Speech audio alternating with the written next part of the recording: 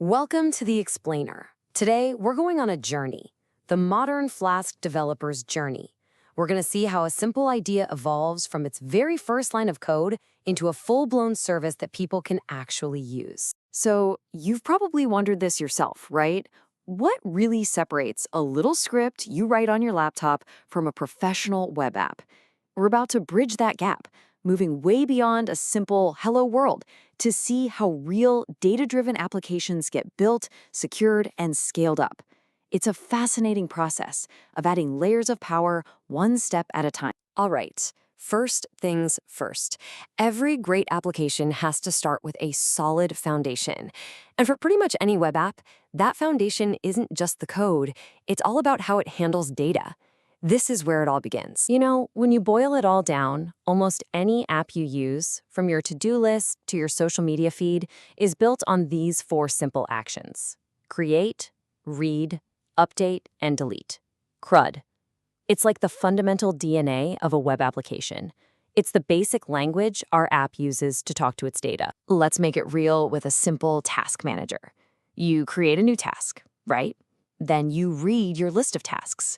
Maybe you update one to mark it as complete. And finally, you delete it when it's totally done. See? Every button click, every interaction, it almost always maps back to one of these four things. It's a simple but incredibly powerful loop. So how do we actually do this stuff in our code? Well, you could write raw SQL. It's powerful for sure, but it can get messy, and honestly, it's easy to make mistakes. This is where the magic of an ORM, or Object Relational Mapper, like SQL Alchemy comes in. Look at the difference. Instead of writing database code, we're writing Python. We create a Python object, and the ORM handles the translation to SQL for us.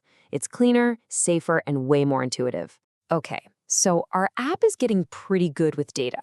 But who's this data for? An app with no users is just a lonely database. It's time to open the doors and let people in. And that brings us to a really critical piece of the puzzle: authentication. You know, making sure people are who they say they are.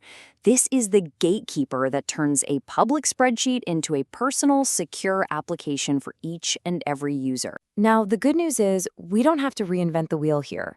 An extension like Flask Login does all the heavy lifting for us.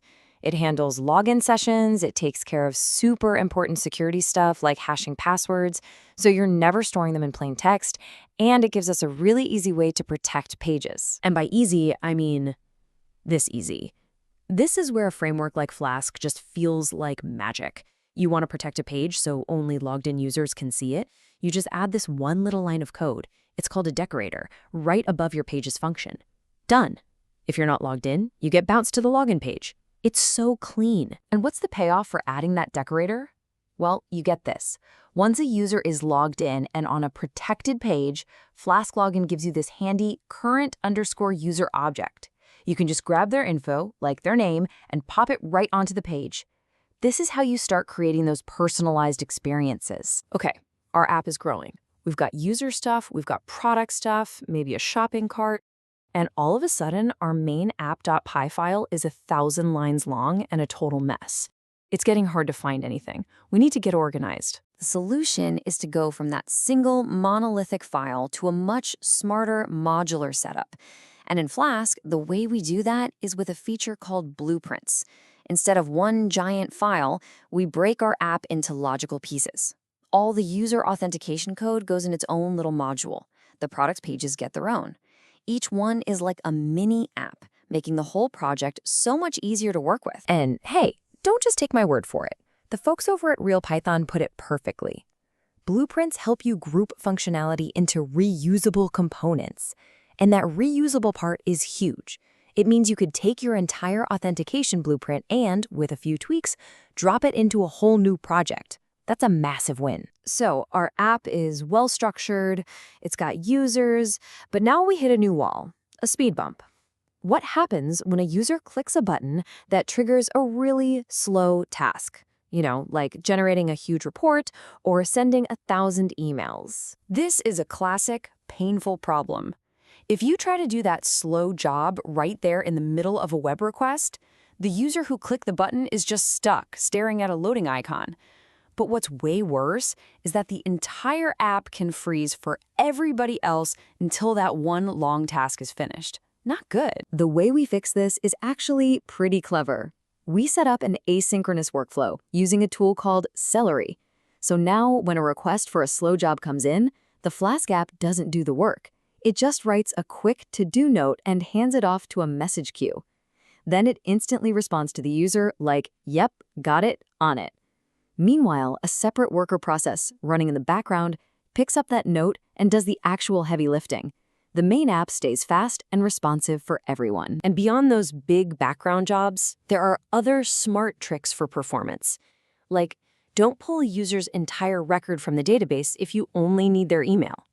Tell the database to create an index for things you search for often, like email addresses. It's like an index in a book. It makes finding things way faster.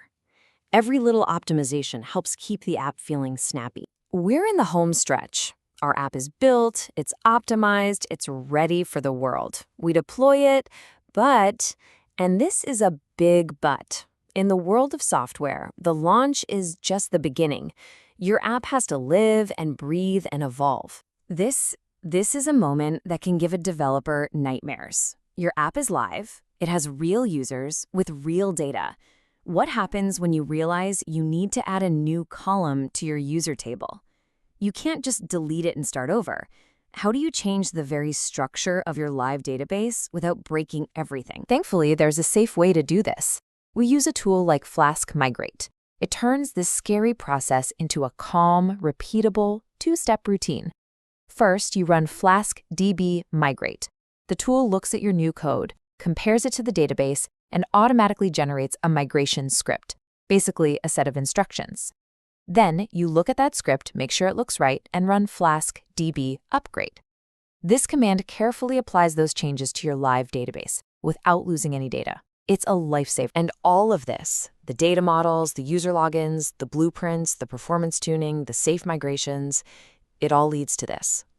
Just like this Reddit user said, it is such a good feeling when your project finally gets deployed, when it's out there, in the wild, and real people are using the thing you built. So there you have it. We've gone through the whole life cycle, from that first little script to a robust, scalable, and maintainable service. And the cool thing is, these principles apply whether you're building a tiny personal blog or a huge online store.